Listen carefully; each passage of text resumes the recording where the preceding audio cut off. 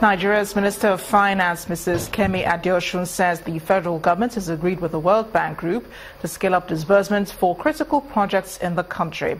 Mrs. Adeosun, who was speaking to journalists in Washington, D.C. at the end of the World Bank IMF spring meetings, says the power sector in particular has received the backing of the World Bank and other development partners because of its importance to the government's recovery plan.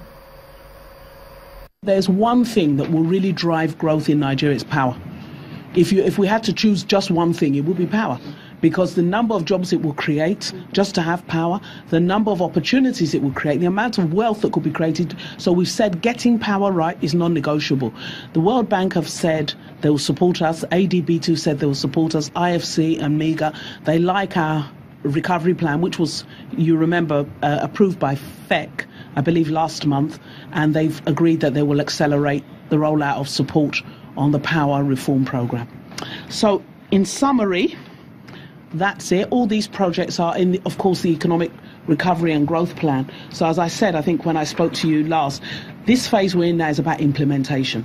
We've put the foundations in place now. It's about really accelerating the implementation in certain key areas. And we're quite confident that we're going to get back to growth, and hopefully it will be sustainable growth that will be less volatile, so that even if the oil price falls in future, Nigeria will not be as vulnerable as we found ourselves in the last few years.